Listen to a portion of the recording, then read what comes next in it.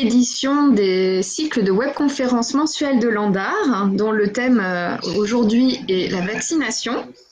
J'espère que vous avez passé de bonnes vacances, ça fait quelque temps qu'on ne s'est pas vu. Donc comme d'habitude, enfin pour les habitués, on va procéder aux vérifications techniques avant le démarrage. Donc sur votre droite, comme d'habitude, vous avez un encadré avec le chat, là où vous pourrez poser vos questions. Donc n'hésitez pas à justement vous présenter, à mettre votre prénom et la ville où vous résidez. Donc j'attends les premiers intervenants. N'hésitez pas. Alors je vois que Corinne est en train de taper. Damien aussi. Alors bonjour Virginia qui est en ligne. Bonjour Virginia. On va voir les premiers participants arriver. N'hésitez pas aussi à nous dire si vous ne m'entendez pas bien ou si vous ne nous voyez pas. Ah, Corinne Dornon, Régine. Très bien. Bon, je vois que les premiers participants arrivent. Ça a l'air d'aller. Bonsoir Gisèle. Alors, on va avancer.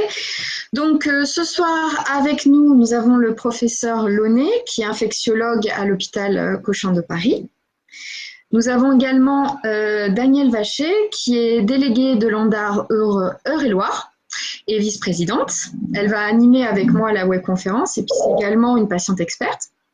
Et donc moi-même, Élodie Rigaille, représentante d'Eduterra, et je vais co-animer cette webconférence. J'ai laissé la parole à Danielle. Bonsoir Danielle. Bonsoir Élodie, bonsoir professeur Launay, bonjour à tous, bonsoir à tous, bienvenue et grand merci d'être aussi fidèles à nos webconférences mensuelles dont le rythme reprend aujourd'hui. Alors peut-être l'été vous aura-t-il permis de voir ou revoir les conférences que vous avez manquées, revoir celles qui vous ont le plus intéressé et sachez qu'elles sont toujours en ligne. Vous avez noté le site sur lequel vous pouvez les retrouver. Prenez le temps de le noter si vous ne l'avez pas déjà. Et notez également les prochaines conférences qui vont venir les 3 mois à venir. Voilà. Alors avant de donner la parole au professeur Launay, qui va vous dire tout ce qu'il faut savoir sur la vaccination, je vais vous montrer en images l'actualité de l'ANDAR. Alors, le calendrier, vous l'avez peut-être eu entre les mains, vous l'avez peut-être vu, vous en avez peut-être entendu parler. C'est un calendrier qui a surpris, qui a plu, qui a déplu, mais on en a parlé. Celui de 2019 est en préparation, il sera très différent, mais tout aussi surprenant. Alors, pensez-y dès maintenant pour celui de 2019. Et celui de 2018, vous pouvez vous le procurer gratuitement en allant sur le site et en le commandant. Voilà pour le calendrier. Alors, autre actualité, le MOOC. La prochaine session tutorée va démarrer le 12 octobre. Le 12 octobre est la journée mondiale de l'arthrite. Nous, on marque cette journée en démarrant ce MOOC tutoré.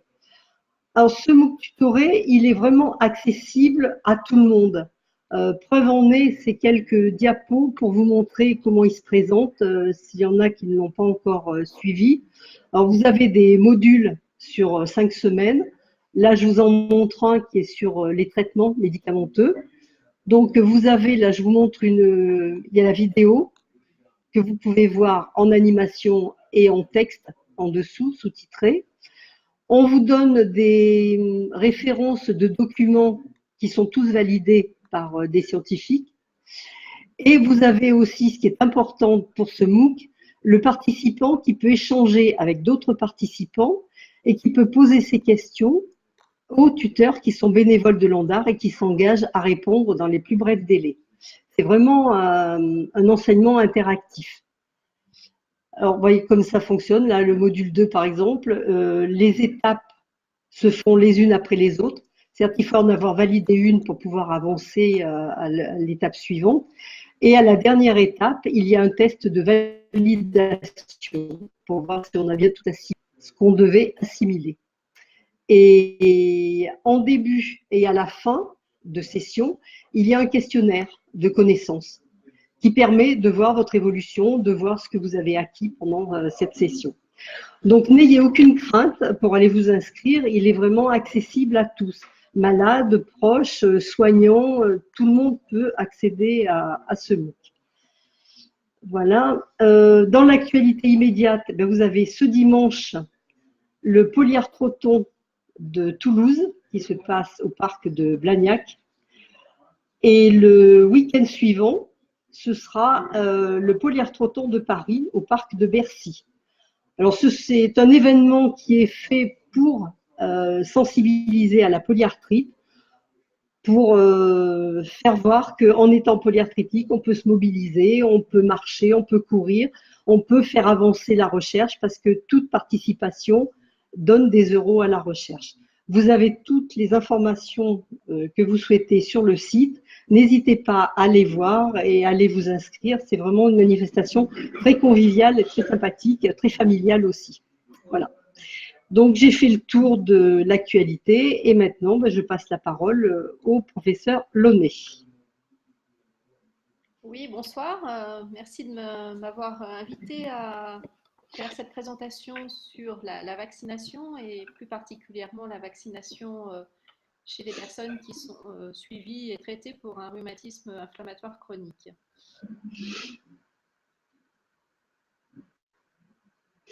Alors, professeur, quel est le risque infectieux en cas de rhumatisme inflammatoire chronique? C'est une question qu'on se pose beaucoup. Alors, en cas de rhumatisme inflammatoire chronique, et j'ai vu que vous alliez avoir une session tout spécifique sur le risque infectieux, mais on sait que l'infection est fréquente et elle peut être plus grave chez les personnes qui sont suivies pour un rhumatisme inflammatoire chronique. Et ce risque il va être d'autant plus important qu'il existe ce qu'on appelle une comorbidité, c'est-à-dire s'il existe autre chose, une autre maladie que la maladie rhumatismale, un diabète, une insuffisance rénale, une insuffisance cardiaque, une pathologie respiratoire par exemple. Toutes ces affections qui vont être là en plus du rhumatisme inflammatoire vont augmenter le risque infectieux. Et puis bien sûr, le risque infectieux il va augmenter par les traitements qui permettent de contrôler la maladie, les immunosuppresseurs, en particulier la corticothérapie, c'est un des effets secondaires de la corticothérapie, c'est pour ça qu'on essaie de baisser le plus possible ces médicaments, mais aussi les tolérels ou les agents biologiques. Alors, les agents biologiques, il y en a beaucoup de nouveaux, et le risque est variable selon les agents biologiques.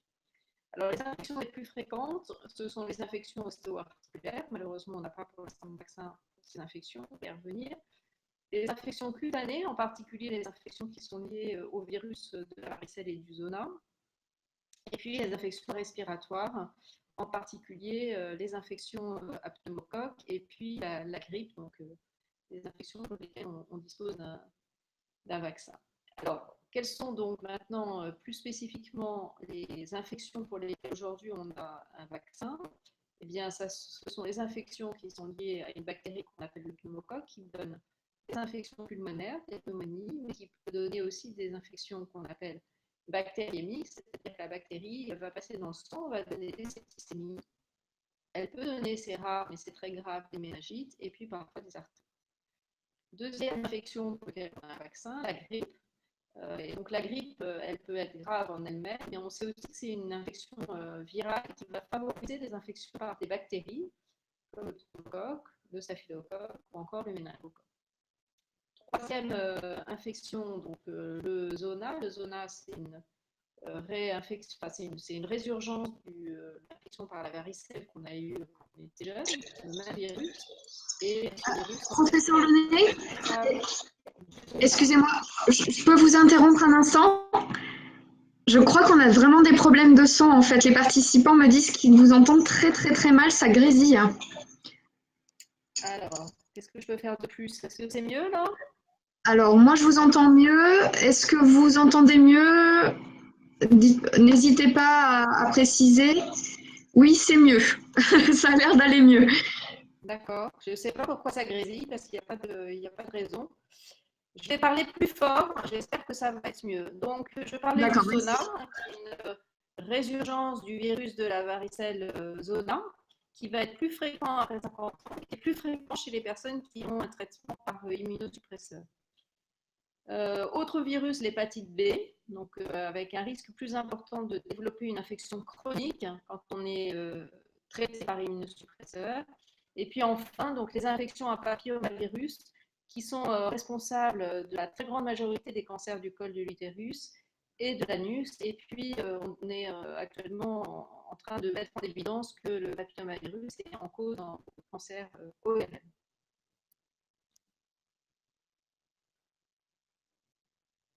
Être vacciné en cas de rhumatisme inflammatoire chronique. Alors, quand on vaccine, on est particulièrement vigilant sur les risques que peut concerner la vaccination, puisqu'en fait, on utilise un médicament, le vaccin, pour éviter une possible maladie infectieuse. Donc, le seul risque, en fait, c'est si on utilise ce qu'on appelle un vaccin vivant, qui, lorsqu'on le donne à des gens qui ont un déficit immunitaire, peut entraîner une véritable maladie infectieuse liée au vaccin, parce que le système immunitaire n'est pas capable de contrôler la réplication de ce virus vaccinal. Donc, ces vaccins vivants, et je vais y venir tout de suite, sont contre-indiqués chez les personnes qui sont traitées par immunosuppresseurs, de façon générale en cas d'immunodépression, quelle que soit la cause de l'immunodépression. Donc, on y reviendra. Ces vaccins-là sont à faire avant le traitement, si possible, si on a le temps. Et puis, une autre possibilité, c'est de vacciner l'entourage pour éviter que l'entourage transmette cette infection. Alors, qu'est-ce que c'est ces vaccins vivants? En fait, c'est quasiment que des vaccins qui sont dirigés contre des virus.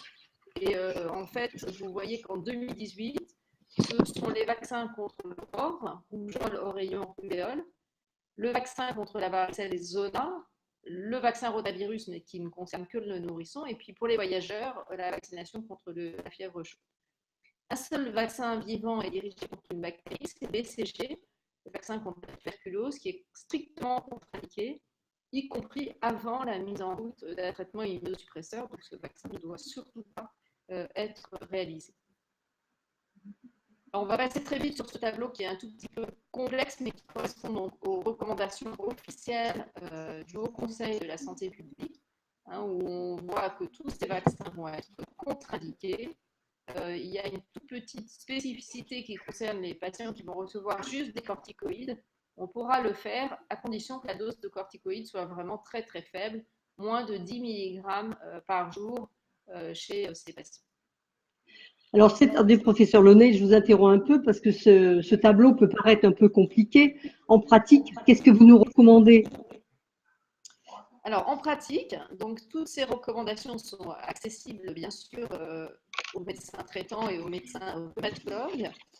Donc, ce qui est recommandé, c'est de vérifier son carnet de vaccination, si on en a un, avec son médecin traitant ou avec son médecin rhumatologue, et si possible avec un spécialiste de la vaccination. De plus en plus dans les hôpitaux, on essaie de mettre en place des consultations spécialisées pour la vaccination.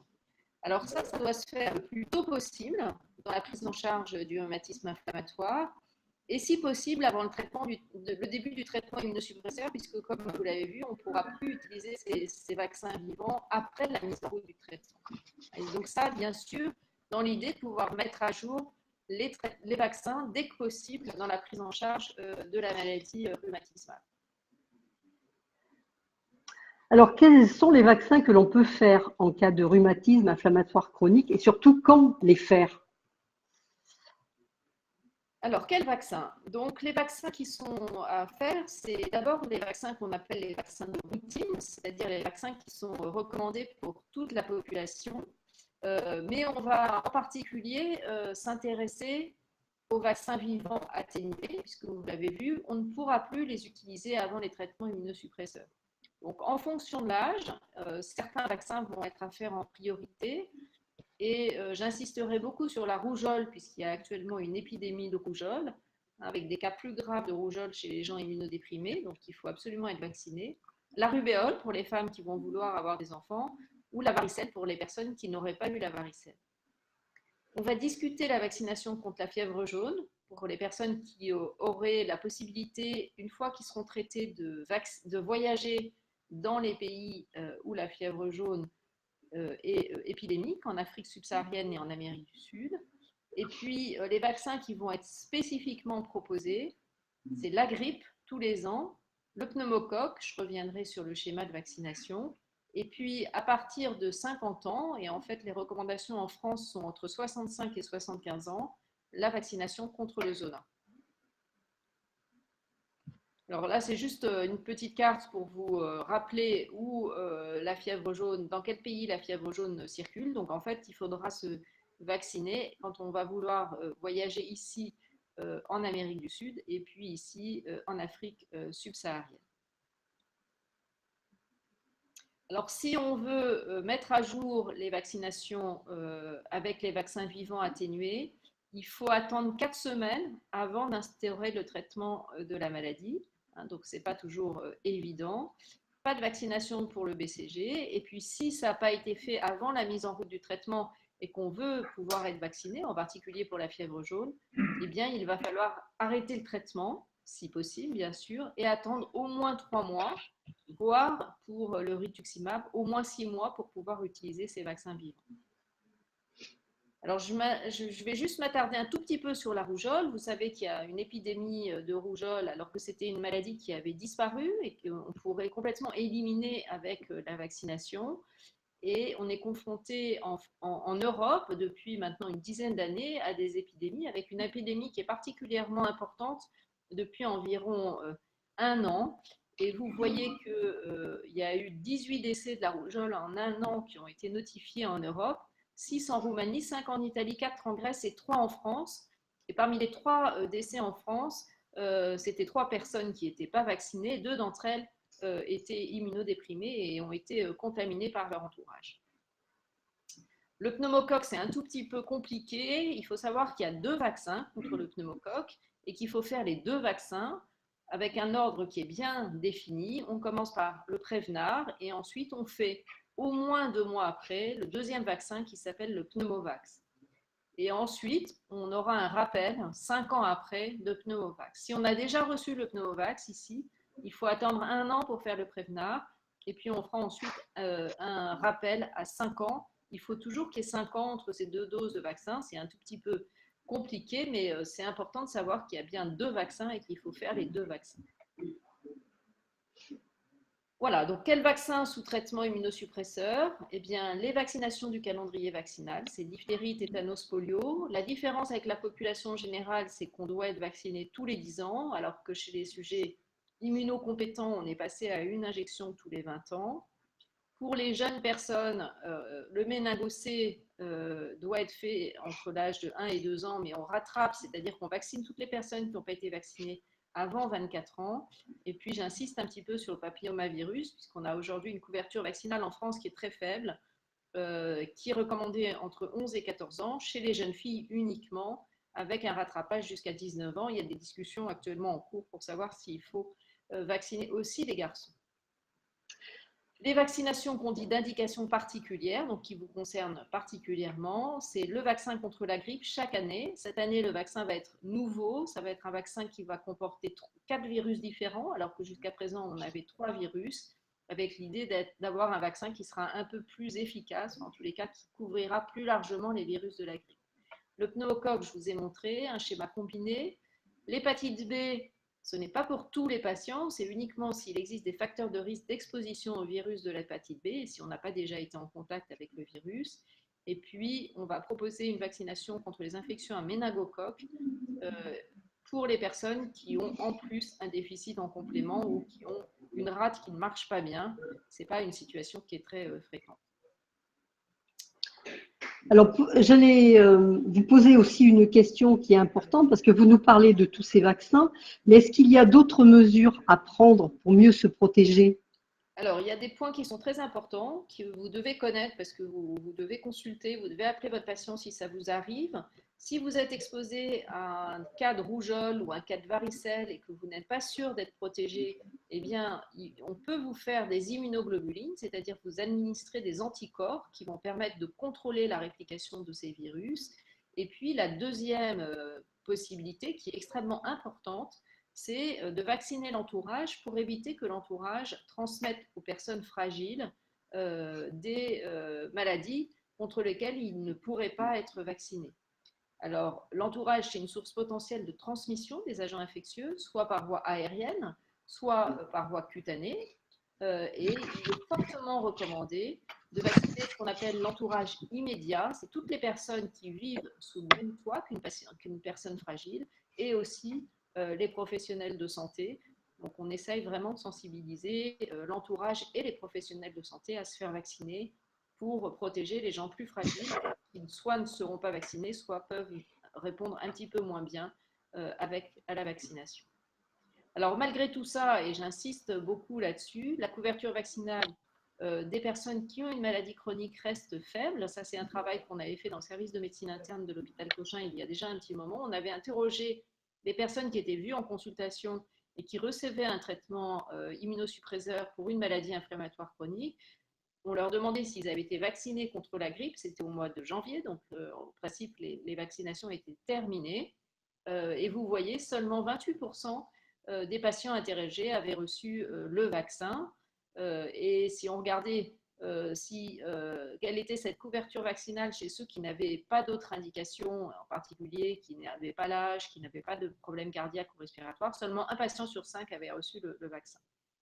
Alors, qui propose la vaccination? C'est plus souvent le médecin généraliste. Ça devrait être également le médecin spécialiste. C'est l'affaire de tous, la vaccination. Et je pense que vous pouvez aussi être partie prenante dans la vaccination en sachant les vaccins qui vous sont recommandés et en demandant à votre médecin, s'il ne vous en parle pas, d'être vacciné. Parce que quand on regarde pourquoi les gens ne sont pas vaccinés, eh bien, dans la majorité des cas, vous voyez ici presque 60% des gens qui n'étaient pas vaccinés, c'était parce qu'on ne leur avait pas demandé d'être vaccinés. Voilà ce que je voulais vous dire et je suis à votre disposition pour des questions par rapport à ces recommandations de vaccination.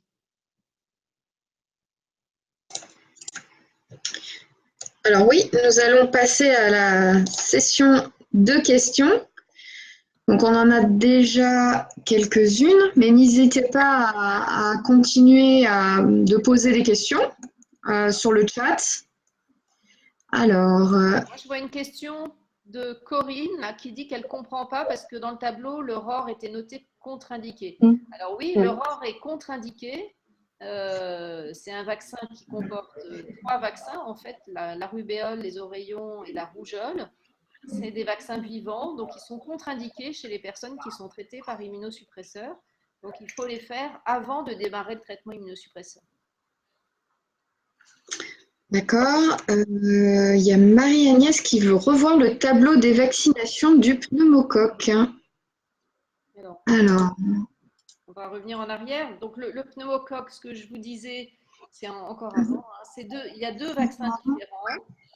Il y a un vaccin qui est le vaccin de l'enfant ici, qu'on appelle le Prevnar 13, qui permet de protéger contre… En fait, le pneumocoque, il y a une centaine de sérotypes différents. Donc, les vaccins aujourd'hui ne protègent pas contre l'ensemble des pneumocoques, mais seulement contre certains pneumocoques.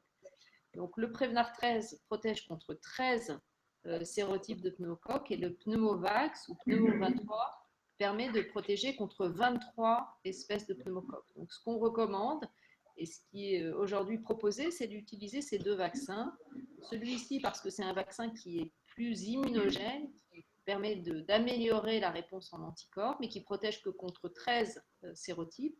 Et celui-là, parce que c'est un vaccin qui protège contre 23 sérotypes. Voilà, c'est pour ça qu'on les utilise de façon combinée. Et ensuite, on a donc un rappel au bout de 5 ans. Est-ce que vous aviez une autre question? Daniel, vous avez une question? Oui, moi j'en ai une qui n'apparaît pas forcément là, mais qui revient souvent. C'est la vaccination contre le zona. Parce que c'est une vaccination dont on parle récemment. Or, les patients qui sont sous traitement, sous les biothérapies, n'en ont pas entendu parler forcément avant que leur biothérapie soit mise en place. Donc maintenant, la biothérapie est en place et qu'est-ce qu'ils font? Surtout les personnes, on sait que le zona est à risque quand on a plus de 60. Que font ces personnes-là maintenant qu'elles sont sous biothérapie et non vaccinées, puisqu'on n'a plus droit au vaccin vivant?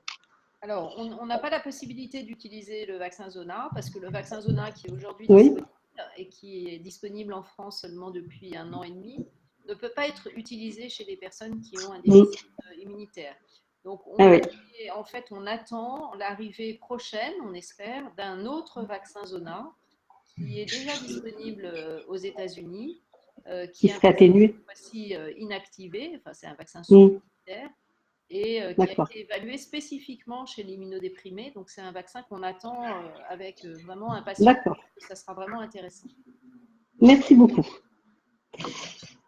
Alors, qu'est-ce qu'il y avait comme question? Les vaccins conseillés pour une polyarthrite pour un adulte, de Marion.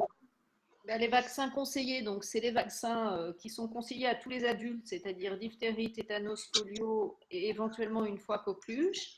Et puis les vaccins, donc cette fois-ci spécifiquement recommandés, la grippe chaque année, et puis le pneumocoque avec le schéma que je vous ai montré. Alors je vois que Marie-Agnès nous demande quel est le délai entre les deux vaccins. Le délai, c'est au moins 2 mois, mais ça peut être plus. En particulier, il y a eu une pénurie du Oui, pneumovax. Il y a des gens qui ont pu mm, avoir le Prevnar, mais pas le pneumovax. C'est pas grave, vous pouvez faire le pneumovax maintenant, même si vous êtes à plus de 2 mois. d'accord. Alors, une autre question. Moi, j'ai pu noter quels sont les vaccins conseillés quand on est atteint de polyarthrite Oui, rhumatoïde pour un adulte. C'est une oui, question que j'ai vu passer. c'est celle qu'on vient de voir. C'est celle qu'on Elodie. a discutée. Ouais. Il y avait Du une coup, question sur sur l'intérêt du vaccin Zona si on a déjà eu un Zona. Oui, en fait, on peut avoir plusieurs Zona. C'est pas fréquent, mais ça arrive. Et donc, le vaccin a montré qu'il était intéressant, même chez des gens qui ont déjà eu un Zona. Ouais. d'accord. Euh, une question sur les nouveaux vaccins contre la grippe. J'ai vu passer ça tout à l'heure. Est-ce qu'il sera supporté par les patients atteints de polyarthrite? Alors, le vaccin qu'on va avoir cette année, c'est le même vaccin. La seule chose, c'est que, en fait, dans le vaccin qu'on avait jusqu'à présent, il y avait 3 virus différents. Et à partir de cette année, il y aura 4 virus. Et c'est des recommandations, c'est un vaccin qui a été recommandé par l'OMS pour essayer d'améliorer l'efficacité du vaccin en étant actif sur la deuxième souche de virus de type B qui circule, comme ça a été le cas l'année dernière. Alors, c'est exactement le même mode de production, c'est exactement la même sécurité d'utilisation, donc il n'y a aucune raison que ça pose un problème chez les personnes qui ont une polyarthrite rhumatoïde. Il n'y a pas de raison, hein. C'est exactement le même vaccin. Et puis dans l'avenir, mais pour l'instant, c'est encore un petit peu tôt pour en parler, on espère qu'on va avoir des vaccins avec des plus fortes concentrations d'antigènes pour améliorer l'efficacité. Ces vaccins-là sont déjà disponibles en Amérique du Nord et il y a pas mal d'éléments pour penser que ces vaccins potentiellement seront plus efficaces, puisque vous savez que les vaccins qu'on a aujourd'hui contre la grippe, malheureusement, ne sont pas les vaccins les plus efficaces qu'on ait. C'est mieux que rien, bien sûr, mais c'est pas 100% d'efficacité. D'accord. Merci. Daniel, vous avez une question? Non, il y en a plus qui apparaissent. Si on peut vous poser la question quand même, que faire dans une famille quand il y a un immunodéprimé, entre guillemets, et des enfants qui risquent d'avoir varicelle, toutes ces maladies infantiles. Est-ce qu'il faut se mettre en quarantaine? Est-ce qu'il faut se protéger? Comment? Alors, je pense que les enfants sont effectivement les premiers pourvoyeurs d'infections, en particulier pour la grippe, hein. Vous savez que c'est essentiellement les enfants qui ont la grippe et qui vont transmettre la grippe. Donc, je pense que dans la période où le virus circule beaucoup, il faut faire un tout petit peu attention à ne pas être en contact trop rapproché avec un enfant qui a vraiment de la fièvre et des signes respiratoires importants. Il y avait une question tout à l'heure sur les transports en commun. en période d'épidémie grippale. C'est vrai là aussi que quand on est un peu fragilisé, il faut dans tous les cas éviter, si on peut, les transports en commun, ou en tous les cas bien se laver les mains après avoir pris les transports en commun, puisque le virus en fait persiste assez longtemps sur les différentes surfaces. Donc c'est une possibilité de se contaminer par voie respiratoire si vous avez quelqu'un en face de vous qui tousse, mais aussi en ayant mis votre main sur une surface qui a été contaminée par quelqu'un qui s'est accroché, par exemple, dans le métro juste avant. Pour la varicelle, bah, soit on a déjà eu la varicelle et on espère qu'on va être protégé, soit on n'a jamais eu la varicelle. Et c'est là qu'on peut avoir recours, et ce que j'abordais tout à l'heure, aux immunoglobulines. Il y avait une question aussi sur les immunoglobulines. Les immunoglobulines, en fait, c'est des anticorps. Donc là, on ne fait pas sécréter vos propres anticorps, mais on vous administre des anticorps qui vont permettre de contrôler l'infection et d'éviter d'avoir une infection trop grave. Hein, donc ça se fait pour la varicelle et ça se fait aussi pour la rougeole. Ce qu'il faut, c'est contacter le plus rapidement possible son médecin en expliquant la situation et puis pouvoir venir à l'hôpital pour recevoir ces immunoglobulines qui se font en intraveineux. Martine pose la question de savoir quand arrive le vaccin de la grippe, en octobre ou en novembre. Alors, en général, le vaccin de la grippe arrive en courant octobre. Hein, c'est souvent dans les 15 premiers jours d'octobre. Alors, souvent, la question se pose de savoir quand est-ce qu'on va se vacciner. Ouais. Et c'est difficile de répondre à cette question parce qu'en fait, on ne sait pas, on ne peut pas prévoir à quel moment va démarrer l'épidémie.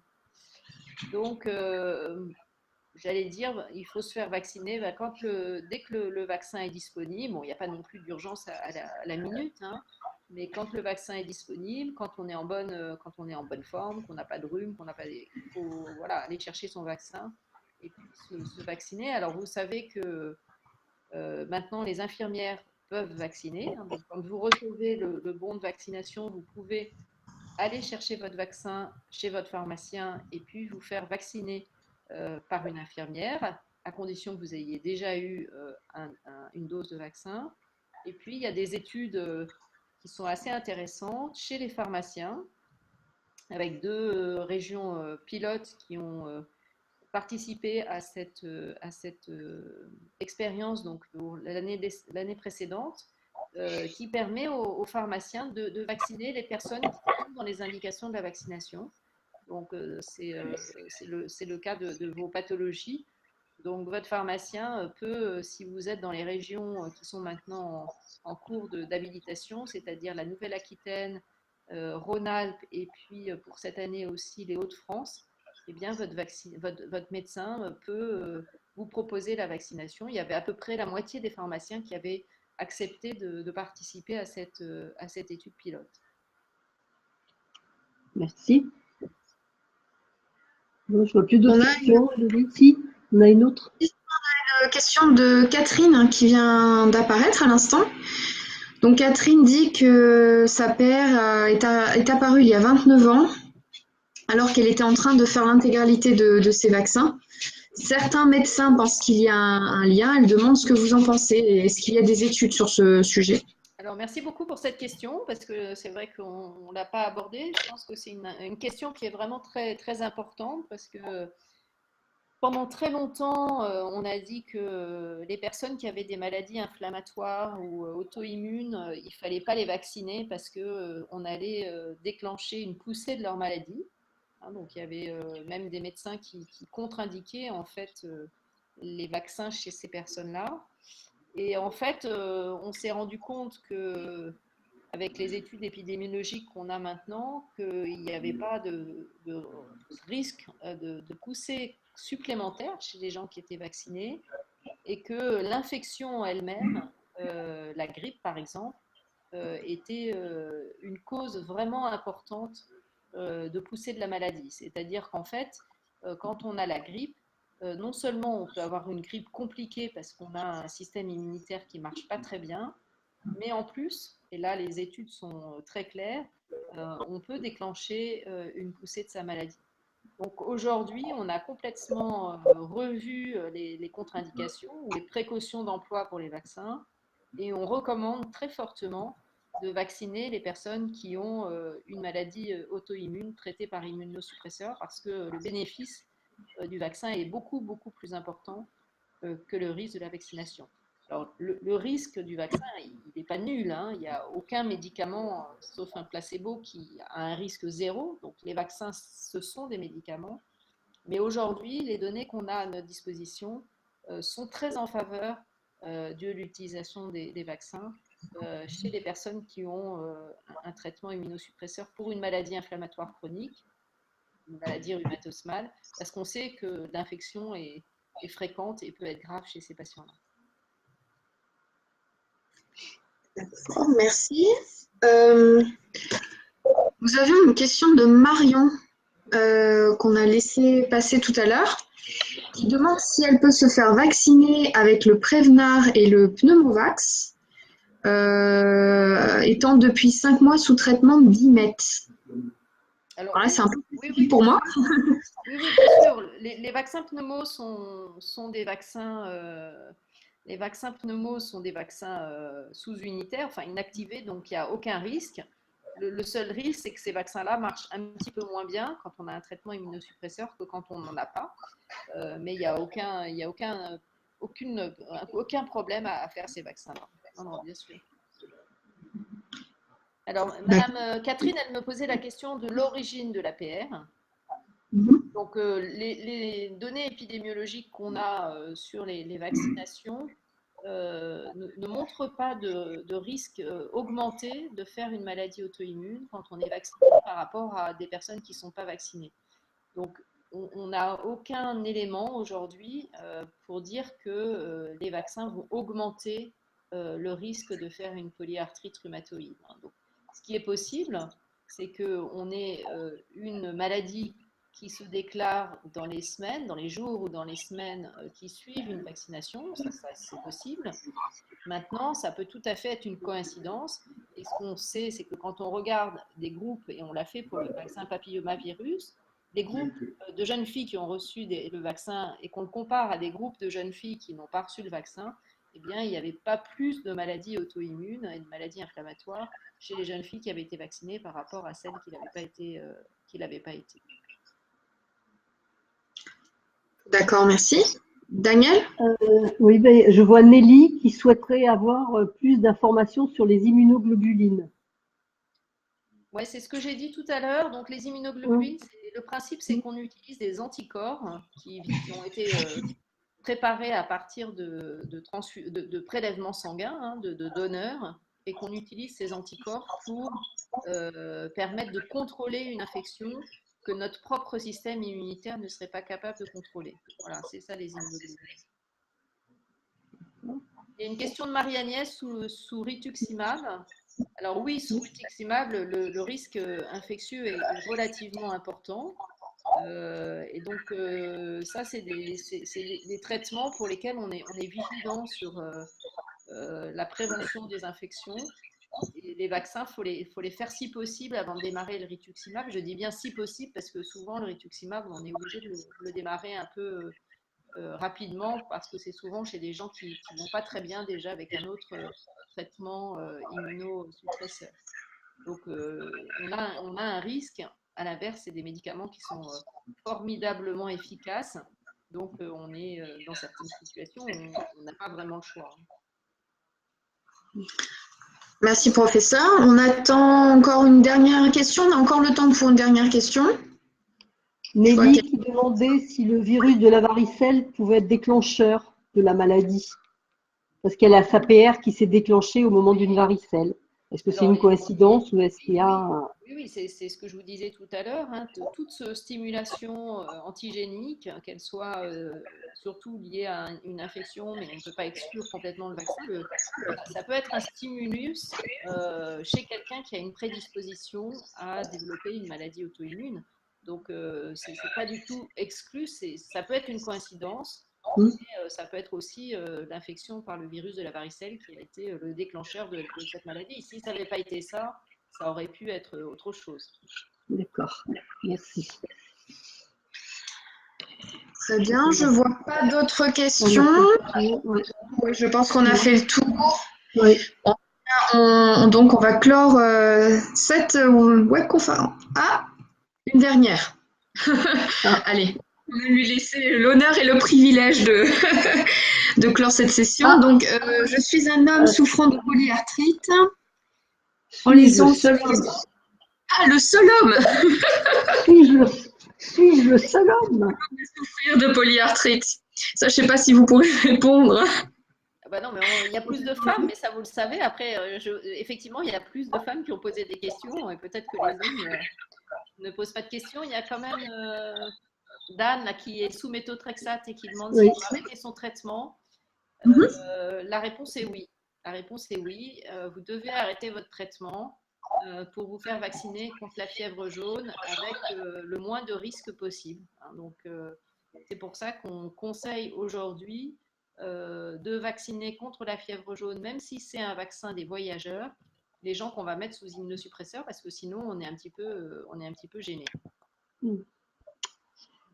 Nelly qui revient aussi avec ses immunoglobulines pour demander si en cas de fragilité, quand on est souvent sujet à des infections, est-ce qu'un traitement à l'année d'immunoglobulines peut être une solution? Alors, les indications des immunoglobulines en continu, elles sont très standardisées en fait, et ça se fait chez des gens qui ont des immunoglobulines, des taux d'immunoglobulines très bas et qui font des infections à répétition. Parce que c'est quand même des traitements assez lourds, c'est des perfusions, même si maintenant il y a des immunoglobulines en sous-cutané. C'est des traitements qui sont très coûteux et qui ont montré leur intérêt chez des gens qui avaient vraiment des immunoglobulines basses et qui faisaient des infections respiratoires à répétition. Donc ça se fait, mais ça se fait de façon ponctuelle dans des cas très particuliers. Donc en tous les cas, ça remplace sûrement pas la vaccination contre la grippe et la vaccination contre les infections à pneumocoque. Très bien, merci. En fait, je vois une dernière, ça va être la dernière question, de Martine, qui nous dit que certains pays sont à éviter car on doit avoir des vaccins non compatibles avec les traitements de la polyarthrite. Est-ce que c'est vrai ou est-ce que c'est une intox? Alors, le vaccin qu'on ne peut pas faire, c'est le vaccin fièvre jaune. Donc là, c'est vrai que dans les pays qui sont les pays d'Afrique subsaharienne ou d'Amérique du Sud, en particulier en ce moment le Brésil, où il y a une très très grosse épidémie de fièvre jaune. Si vous n'avez pas été vacciné contre la fièvre jaune, que vous n'avez jamais été vacciné contre la fièvre jaune, moi je vous déconseille très, très formellement de partir dans ces pays-là parce que c'est une maladie pour laquelle on n'a pas de traitement. Et que la mortalité reste élevée quand on a cette infection. Il y a quasiment 50% de décès. Donc, je pense que ce n'est pas raisonnable d'aller dans ces pays-là si on n'a pas été vacciné. D'accord, pour la fièvre jaune. Donc. Okay. C'est le seul vaccin qui pose problème. Après, les autres vaccins marchent un petit peu moins bien quand on a un système immunitaire qui marche pas très bien. Donc, ce qu'on conseillera dans ces cas-là, c'est outre la vaccination, de faire attention à ce qu'on mange, de pouvoir mettre des répulsifs pour les piqûres, d'être prudent. Enfin, voilà, les conseils aux voyageurs qu'il faudra appliquer de façon très, très scrupuleuse quand on a un système immunitaire qui marche moins bien. Mais après, je pense qu'il ne faut pas non plus éviter, on ne peut pas contre-indiquer aux gens qui vont bien et qui ont une maladie bien contrôlée de voyager dans des pays un peu exotiques. Il faut juste être vraiment prudent quand on part. Voilà. D'accord. Très bien. Merci beaucoup pour vos réponses. On va maintenant véritablement clôturer cette session. En tout cas, merci beaucoup à tout le monde d'avoir participé et particulièrement au professeur Launay ce soir et à Daniel Vacher d'être intervenu. Voilà, la prochaine webconférence aura lieu le mardi 16 octobre à 18h30. Ça sera sur le risque infectieux avec le professeur Alain Catagrel. Donc, je vous dis au nom de l'ANDAR, du professeur Launay et bien sûr de l'équipe Edutera, merci beaucoup pour votre participation. Vous avez été très actifs ce soir. Et puis, nous vous disons à très, très bientôt. Merci. Merci, À professeur bientôt. Au revoir. Daniel. Au revoir. Au revoir.